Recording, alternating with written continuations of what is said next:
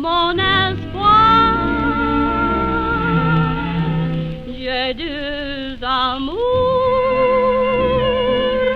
mon pays est Paris, pareil toujours, mon cœur est ravi, ma savane est belle, mais à quoi bon le nier? Ce qui m'ensorcelle, c'est Paris, Paris tout entier. Le voir un jour, c'est mon rêve joli. J'ai deux amours, mon pays est Paris. Quand sur la rive, parfois, au lointain j'aperçois un paquebot qui s'en va vers lui jetant les bras et le cœur battant de moi à mi-voix. Doucement je dis, emporte-moi. Ces deux amours, ton pays est Paris, pars toujours, ton cœur est ravi.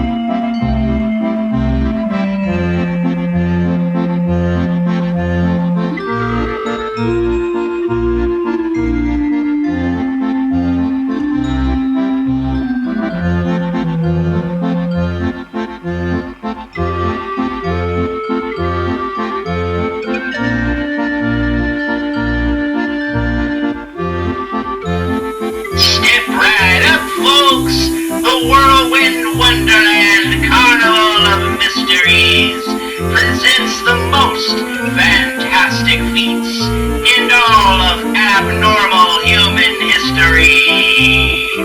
We didn't lie to you folks. We told you we had living, breathing monstrosities. You'll laugh at them, shudder at them, and yet, but for the accident of birth, you might even be as they are.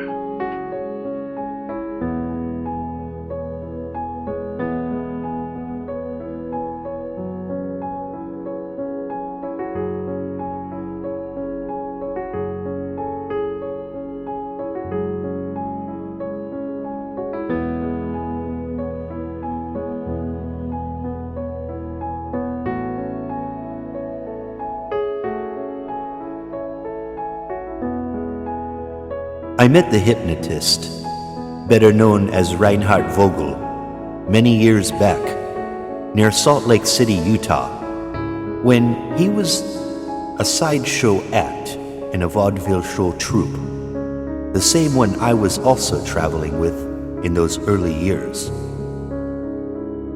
Back then, I had just come to America from my native Scotland with the rest of my French and Scottish family in tow, with nothing more than a suitcase and a pocket full of dreams. It was in that vaudeville troupe known as the Hoodoo Voodoo Guys and Gals Extravaganza that I first witnessed his power to control the minds of the people who would gravitate toward him. Some of the more desperate black performers who were in the show felt that Reinhardt always had their best interest at heart, that there wasn't the slightest bit of any sort of evil about him. Hell, every time one of them would get into trouble in some town we were playing in, Reinhardt somehow found a way to bail one of them out.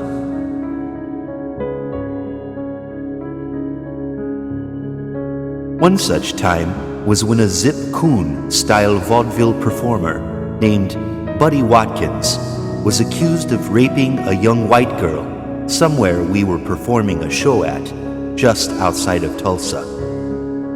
That was 1927, years before he eventually made his way into Hollywood. Reinhardt had the look of a well-traveled salesman, with his top hat and neatly placed monocle on his left eye, carrying with him an assortment of potions and remedies, some that he had claimed to have found while abroad in Africa.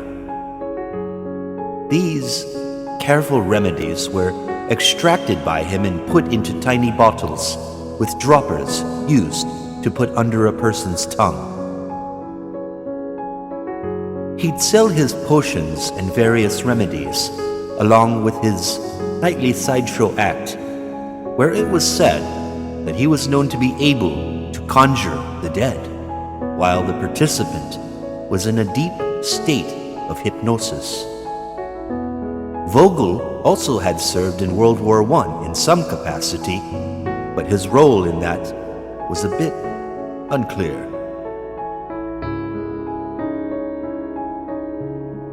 All I know from my own first encounters with meeting him were that he seemed like a fully formed, maddened professor of occult practices who often peddled his snake oil for extra profits in the years after the war.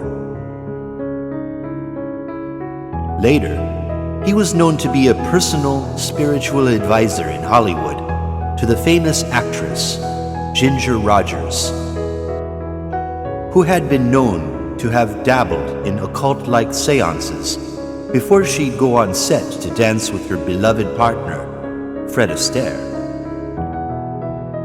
The fact that everywhere Reinhard Vogel went, or someone with whom he came into contact with, had somehow a devastating effect on the people around them, was a mystery that nobody was able to put into any kind of true perspective.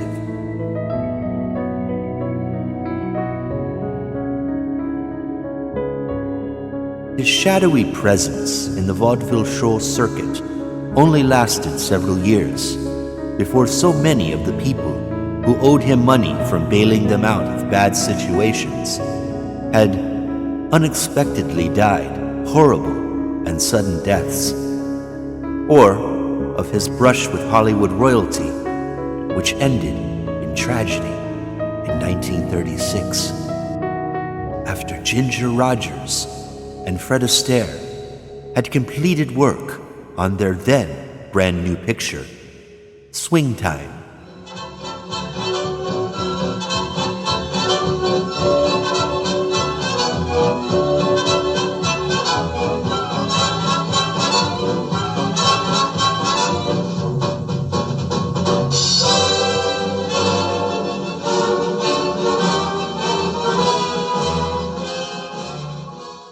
Later, that very same year, Fred Astaire fell to his death through a window high above in the Hotel Pierre on Fifth Avenue.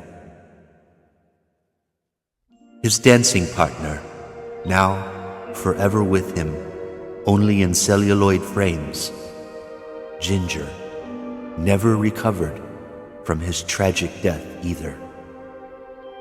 She drank her way right out of stardom and into a halfway house years later, dying in her sleep of an overdose of alcohol and prescription pills.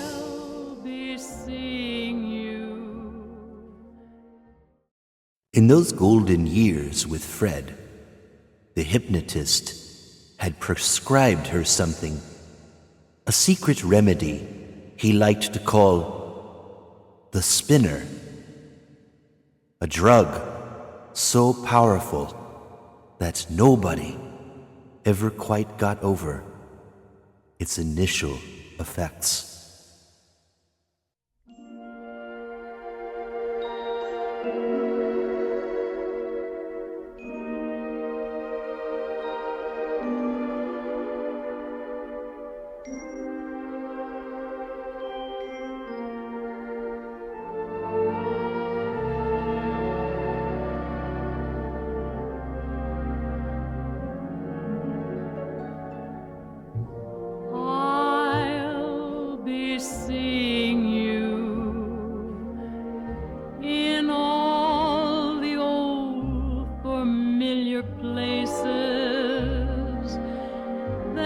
this heart of mine embraces all day through.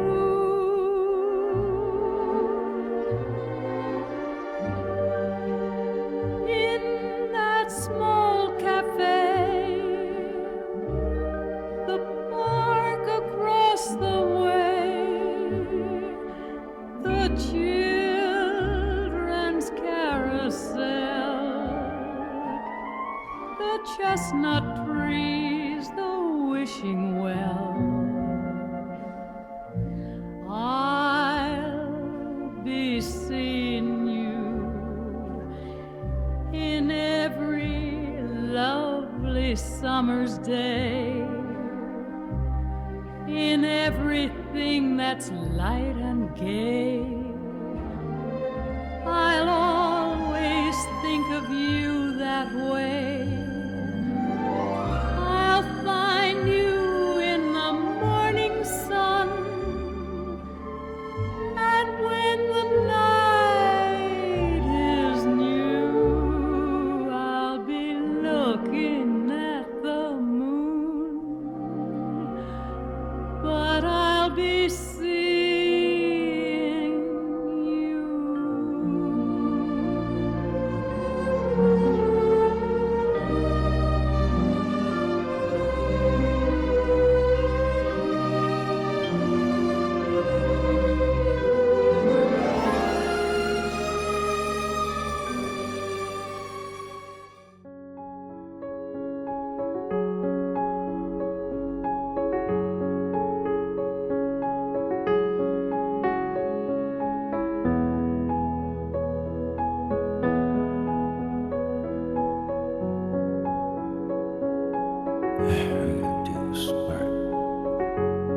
I never liked Bobo, the clown name that the circus gave me when I ran away and first joined the Whirlwind Wonderland Carnival of Mysteries. That was years ago. It was just so ordinary, like all the other clown names out there. I had seen and done so many things in my 50 years of living that the name Bobo seemed, plain.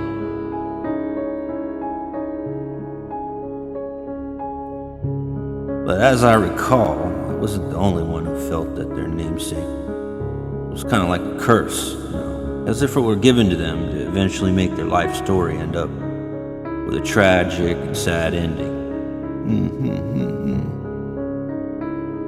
Hannah Harkins, who was born with an elongated lower jaw, was abandoned by her parents at birth. They placed her neatly inside of a bassinet and left her near one of the carnival tents, just outside as dawn was approaching. One of the stagehands found her, and from that moment on, she was raised into the carnival.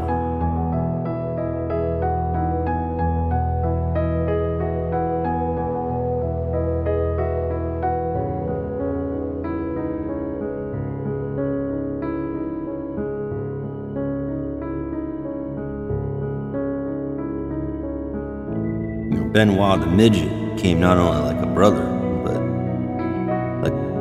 was her caretaker in later years as she fell ill, bedridden, and in constant need of assistance.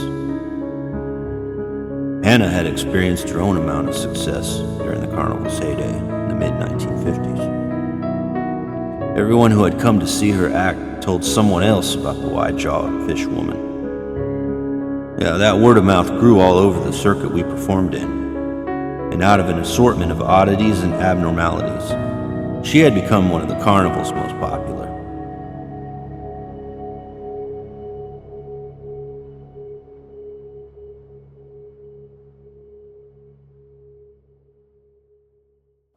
She was very unhappy, nonetheless. Her parents, having abandoned her, had left her with a scar she could never quite get over. That is, until she thought it could be healed by undergoing one of Reinhard Vogel's hypnotic trances. He had come into her tent after she had performed her act one evening with such a proposal. Since Hannah being one of the carnival's most successful acts at the time, she had also by then demanded more money from her nightly performances.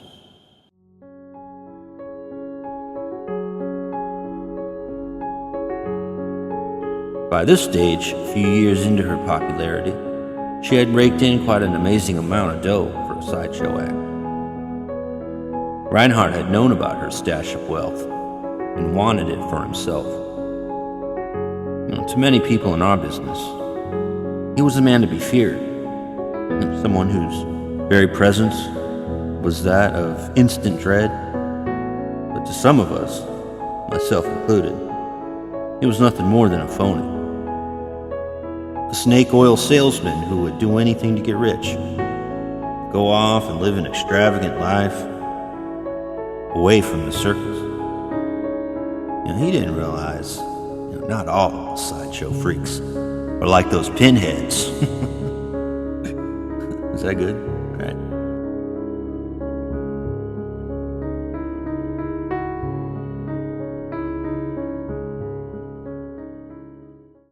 And now, folks, if you'll just kindly step this way, please, you are about to witness the most amazing, the most astounding, living monstrosity of all time. Folks, she was born with the most horrible, abnormal features known to mankind. Meet Hannah, the horrid fish lady. Her mouth was badly deformed at birth, giving her lower jaw an extra wide gap, taking on the appearance of a large mouth bass.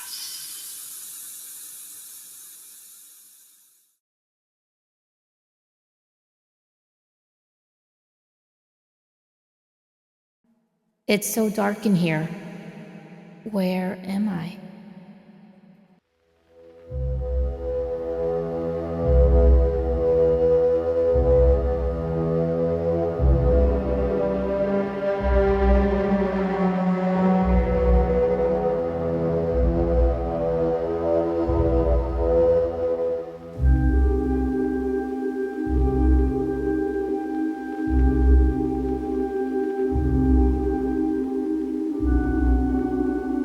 You are floating away from the circus and the ghastly noise of crowds and small kids laughing at you. You are now the one that is laughing.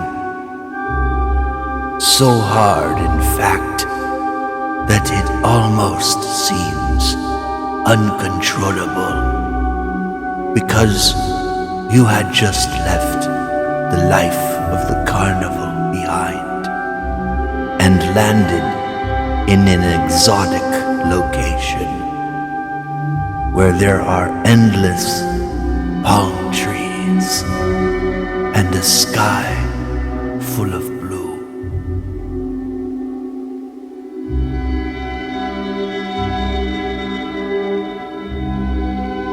Matching the clear waters below.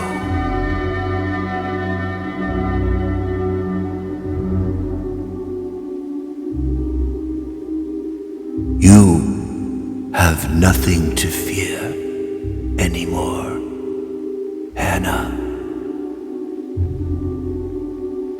Your wide jaw and constant drooling are no longer making you look like a nasty public spectacle for people to endlessly gawk at. You are now in a stream of consciousness known as the spinner. The world only turns for you and you alone. You control the wheel of destiny.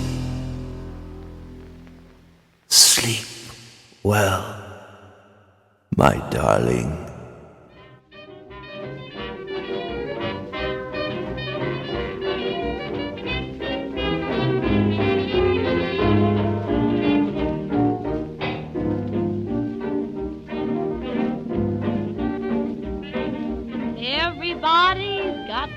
somebody they love to brag about, but they should see my somebody before they start to shout. Put them all together, they may look pretty fine, and just ask me whether I'd trade that man of mine. He can't dance, but in the real romance, he's the last word. Seldom talks, but in the midnight walk, he's the last word. He may be meek and quiet when there's a crowd about, but he's a red-hot riot when all the folks go out. Can't recite, but hold him tight. He's the last word. He starts slow when he starts to go, for he's the last word. Girls meet him in open air. They don't know how or learn to care. They should catch him in an easy chair, because he's the last word.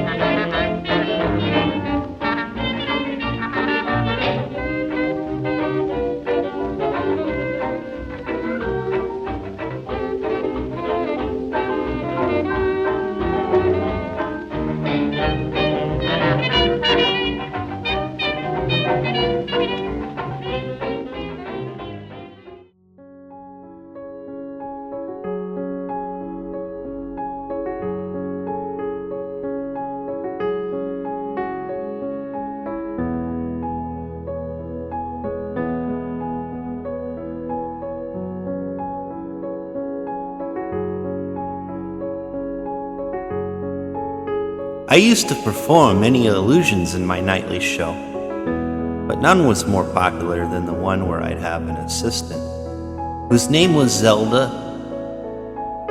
I'd have her sit in a chair with both of her hands tied behind her back while she was blindfolded.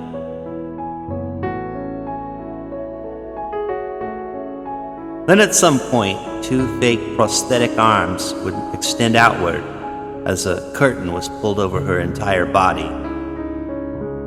Griffin, who was another assistant hidden under the floorboard, would manipulate all of the costume changes and prosthetics for Zelda's nightly routine.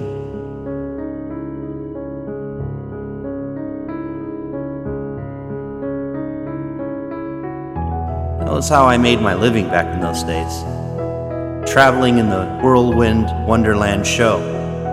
Brought with it a fair amount of shady characters, more so than someone like me who really didn't have any magic skills at all.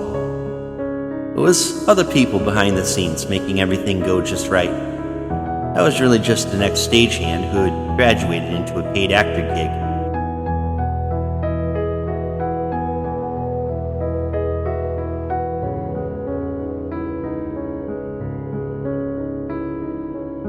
Yeah, but there were a lot of shady folks in the carnival, you know?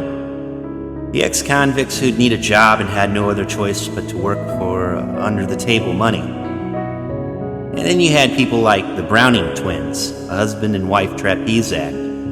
They billed themselves as twins, but that was mostly because of the other sideshow freaks. You know, they had some kind of catchy tagline to draw in the spectators.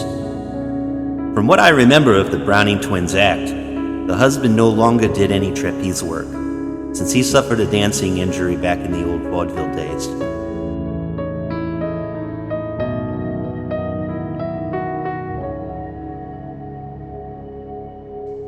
Ava Browning and her husband Billy had a small daughter, which they named Eve.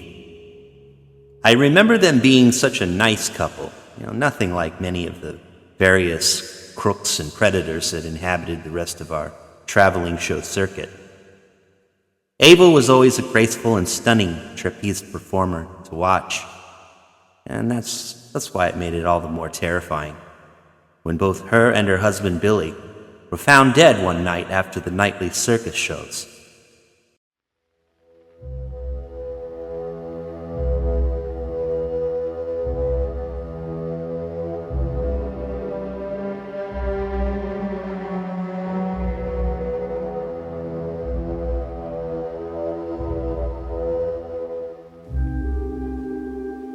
They had been found near their carnival wagon, one stabbed to death, while the other was strangled. Their daughter Eve, who must have been around 11 or 12 at the time, was found inside one of the carnival's attractions, the Whirlwind Funhouse of Mirrors. Nobody in the carnival had seen what had happened that evening, but many of the people who knew the always vivacious little girl said that she must have wandered off at some point and followed her dad to where he was supposed to meet a strange gentleman who had summoned him there. A man from Billy Browning's past. Many of the performers mentioned this strange gentleman as a man who once traveled with the Whirlwind Wonderland show.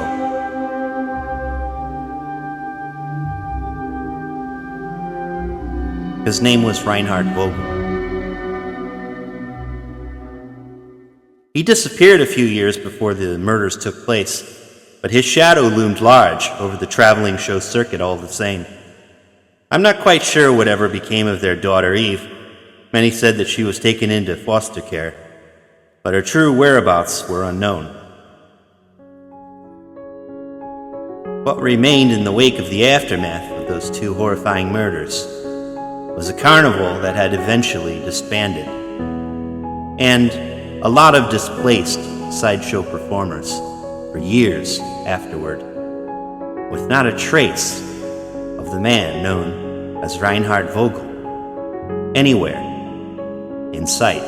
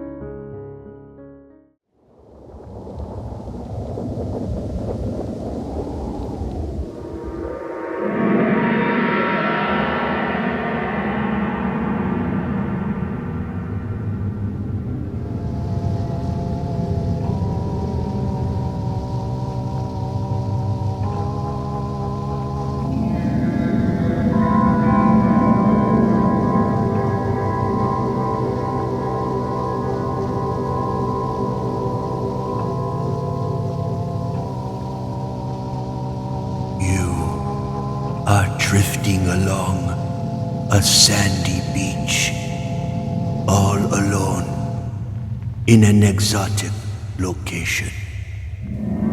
Perhaps it is somewhere down in Fort Lauderdale, Florida. The perfect getaway.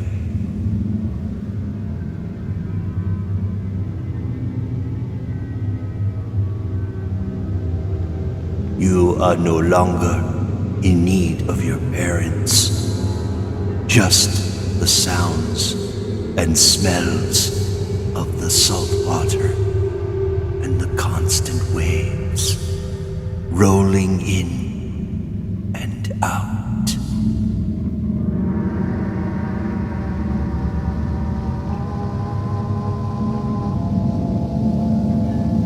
You reach down to collect a series of seashells, the tiny ones called coquina shells that look like a butterfly when they are fully spread open. You are like a butterfly now, Eve, for there can be no turning back from what you have just witnessed. But with this metamorphosis, you can transcend, if you so wish, into something much, much more. Go away now, far away from the circus, and into the light of a new day.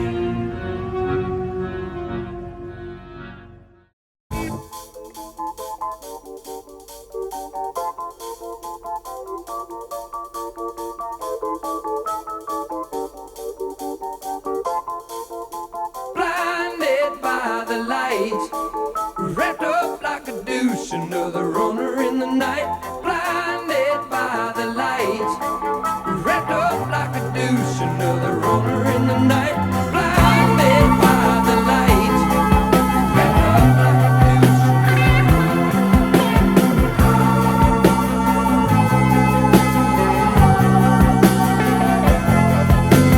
Madman drums, bummers, Indians in the summer with the teenage diplomat.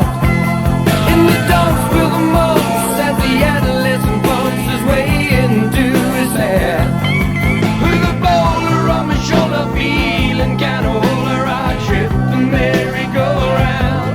With his very unpleasing sneezing and wheezing, the calliope crashed to the ground.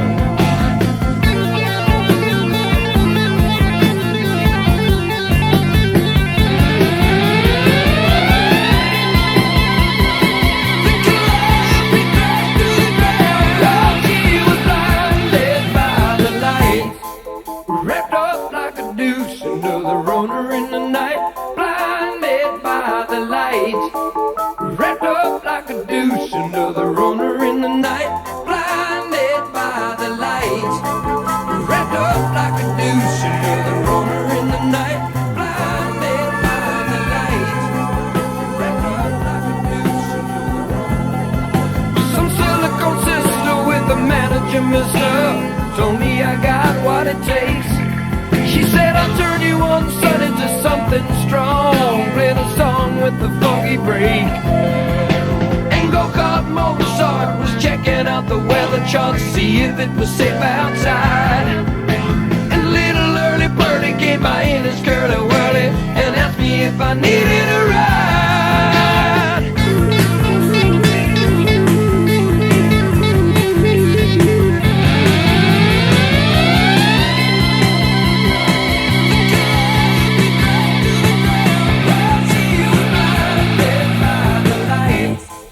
Wrapped up like a douche, another runner in the night. Blinded by the light. Wrapped up like a douche, another runner in the night. Blinded by the light. Wrapped up like a douche, another runner in the night. In the dark with the lumps as the adolescent pumps his way to his night. With a boulder on my shoulder, feeling kinda older, I track the merry-go-round. With his very unpleasing sneezing and wheezing, the calliope crashed to the ground. Now Scott with a slingshot blindly found a tender spot, lover in the sand. As he bloodshot, forget-me-not to daddies within earshot, take the buckshot dirt of the band. Some silicone sister with the manager, mister, told me I got what it takes. She said I'll turn you on, sonny, to something's wrong. She got down, but she never got tight. She's gonna make it through the night.